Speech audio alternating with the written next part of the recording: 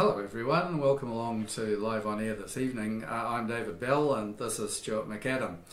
We're going to be talking about Dimi Narkov's particularly fantastic blog post about, a guest blog post about how he overcame his fear of writing and the kind of success that he's starting to have as a sci-fi writer, movie scripts and so on. We had hoped to have Dimi here today. Unfortunately, he can't join us. We've got a bit of a software glitch, but all the best over in Perth, Western Australia, Dimi, and we hope to get you live to talk about your work. I think it's really exciting what you've managed to do, particularly in the last year.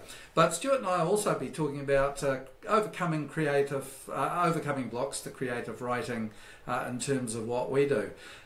So let's just begin by having a look at Dimi's basic start, Stuart, where he said he learned something from his father, who used to teach high school students photography, and it was that kind of process that you go through when you're developing film, and all of a sudden from the film something appears and it's come onto it. And it's a little bit writing a script, isn't it? How does that go for you?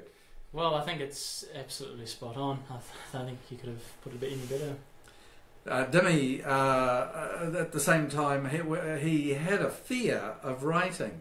And there are a whole lot of things that can get in the way of creative activity. You work in Facebook, social media, that's part of your job in terms of writing posts, etc. But you've written a book on running, you've written a novel awaiting publication. It's been through a number of edits, it's very close to the finished state. And you've written a couple of e-books about young people in social media. So what about for you? Is it hard for you to get started in creative writing? I think it certainly is if you don't know where to begin. If you've got a reasonably clear idea of who your audience is and what the structure of the book is going to be, or the piece of writing is going to be, you can normally find the momentum to continue in the good times and the not so good times with that sort of template. I think the big struggle people often face is when they have self-doubt about things which are not in their control or haven't even happened yet. Yeah, I think self-doubt is something that's really very, very difficult to overcome, isn't it? And Dimi specifically mentions this quite a bit in his blog post. He talks about Scott Myers sharing his set of fears with creative writing, and these include things like I've got a fear that I won't be able to finish the project that I've started. Has that ever happened to you? It's been a very testing time, particularly with the novel. I found that it's been phenomenally difficult, particularly when you discover things that you haven't found out the previous 11 times you've read a certain passage or part of the book. But you have a look at like some of the things which are being said here. I mean, I'll just read out some of them. I'm afraid I don't have enough talent. I'm afraid the words won't come. I'm afraid people won't like my writing. I'm afraid people won't like my story. I'm afraid of not succeeding. Well, these sorts of fears are naturally going to come to you when you have a lot of self-doubt. And the big stepping stone in overcoming those things is first defining what exactly you're trying to achieve when you put your writing onto paper, the audience that you're trying to reach. And also, I think a big one too is what you hope the eventual outcome will be as a result of people reading your writing, and whether that person is just you or a whole group of people. It obviously goes a long way when you put those things into consideration. Is that fair?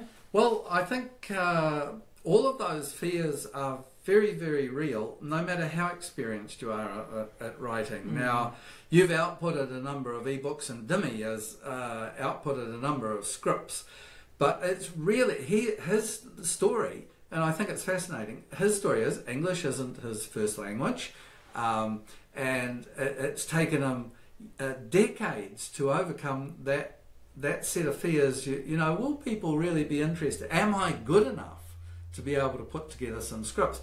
Now he's won, along with a co-author, a number of Screenwriter Guild Awards for the science fiction genre that he's developed. And I think that's the same no matter what sphere we're writing in, Stuart. You're particularly at present writing some books for teens about how to use social media, etc.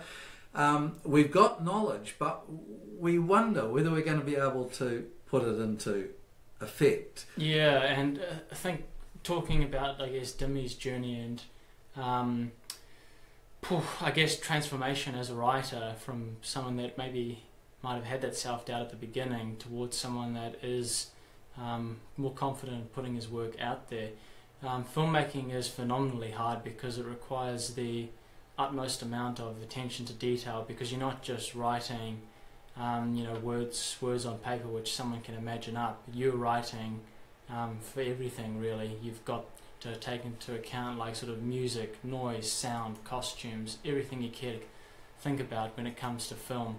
And then on top of that, you've got Dimmy's one, which is the science fiction realm, which is even more difficult when you factor in all the special effects which are involved with that. So I think when you are dealing with those aspects of fear, you often have to, I think, appreciate first the talents that you do have when it comes to writing, and everybody's got some sort of basic capacity to write and communicate in some way. And if you are appreciative of those things, you can often find your creative content and creative output is a lot better than it would be if you were just self-doubting all the time. Yeah, I think overcoming self-doubt really is terribly important, and Dimmy says that at times you can use fear as the motivator itself for overcoming that kind of doubt. The sort of fear that I'm not going to create characters that people are interested in. Look, I've been writing sermons now for 40 odd years, and that's an exercise in creative writing as well. Some people might say it's an exercise in creative fiction writing, but I like to think that there's a bit of technical know-how involved in there and a little bit of biblical exegesis, but there's the same set of fears that every thinking preacher has. Is my message going to be convincing? Am I going to live up to what I'm actually preaching about? And that's, I think, very similar to the fiction author, whether it's sci-fi or any other genre. The fiction author has to create characters that are believable, and this is somehow the creative task that fills us all with dread. But I think Dimmy is on the right track, and numerous others have said this before. You can overcome it if you start to write about real events, but you are fictionalizing them, because everyone knows their own story. There's a fantastic idea in philosophy, and I think it was the great philosopher scientist Michael Polanyi said, you know more than you can tell. And that to me is one of the great ways of overcoming a fear. I know this stuff and I'm going to get it out there. How do you feel about the knowing that's deep inside? Well, I'll back that up with a good quote from Paulo Coelho when he said, "Be bold, take risks, nothing can replace experience." And that certainly is the case with writing. I think a lot of the time when you look at the heart of self-doubt, like really sort of like the core of it, it stems from your own insecurities about your ability to achieve and actually do things and go on to, I guess, greatness. I think you can only really truly know what you're capable of if you're pushing the boundaries in certain ways. Yeah, we've constantly got to be pushing those boundaries, and how we look at the boundaries. Are they going to be things that hold us back, or are they going to be things that actually pull us forward into the creative act of writing, etc.? There's also another thing that I think I'd draw on from my experience. Not only have I outputted quite a few sermons in my time, I've also written for newspapers, I've written for church theological journals, church newspapers, I've done a fair bit of academic writing, but in all of these things there's also been that fear that Dimi first mentioned. It's like the photographic paper that hasn't yet got no image on it, and it's like you go to the screen, you open up whatever word processor you use, and there's just a blank screen there, and the blank screen can sort of, you know, make the mind a little bit numb, as it were. And so the ability to tell the story that's going on inside of you, the voices that are happening inside of your head, I think it's getting those out that's another really important factor in overcoming the fear of writing. Stuart, I'd like to just get you to talk a little bit. You also have to write in order to sell things, part of your marketing job on social media.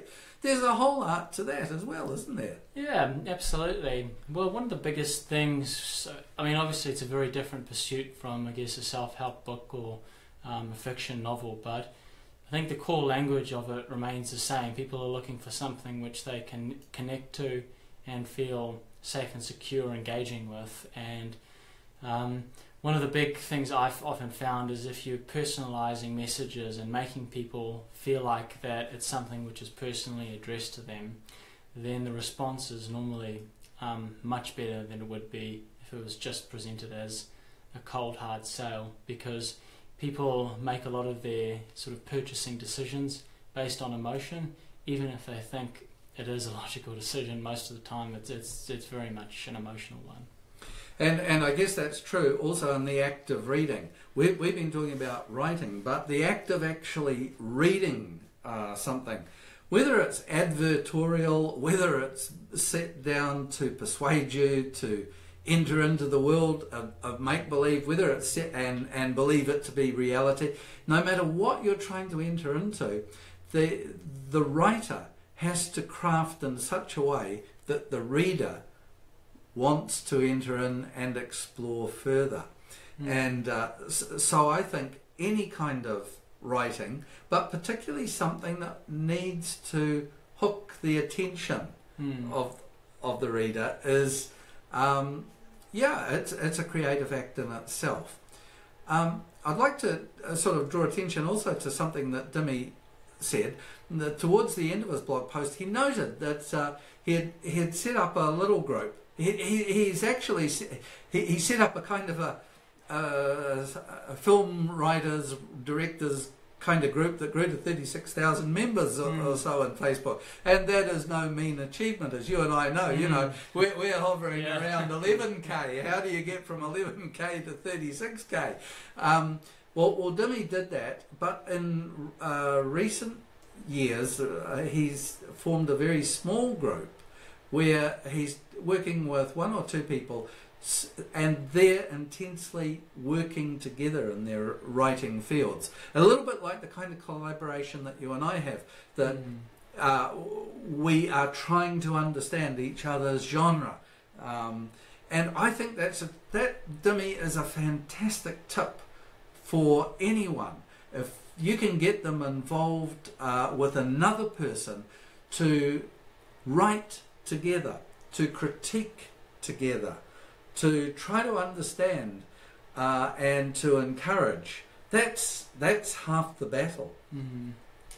And you can often you find a lot of the great ideas which come up during those discussions would never have existed if you just done it, you know, as two independent pieces of work. And David and I had that experience yesterday when we were talking about this live on the air tonight, about some of the things which we wanted to talk about, and we began to realise that a lot of the things which we anticipated would be discussed were covered out, but there were a couple of small things like how sort of your personal audience is often related to your ability to write in inspirational ways. is very influential. Those kinds of things do often come up, these great ideas that are done through sort of going back and forth with each other, and that's something which is paramount to actually getting good written work finished and completed, is actually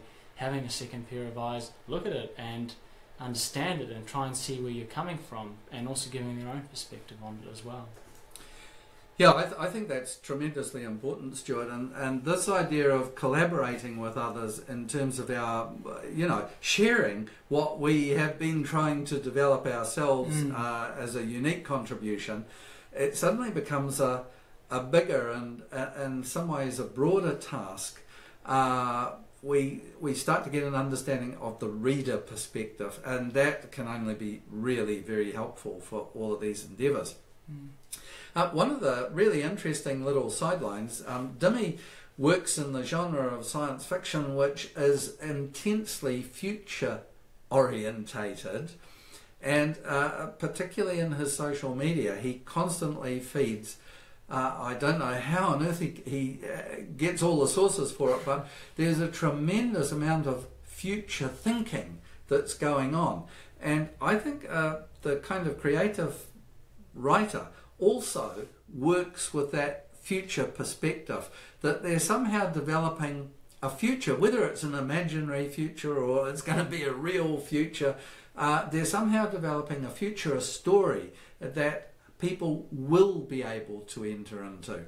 And it's that ability to craft the story as if it were going to be from the world of the imagination into the world of reality. When I put down a good novel, I think I've learned something about reality, no matter how imaginary it was. And that takes us way back to the start of what Dimmy was saying. Is the story within you? If the story's within you, you have to find a way of evoking it and bringing it up to the surface and allowing it to flourish as a story.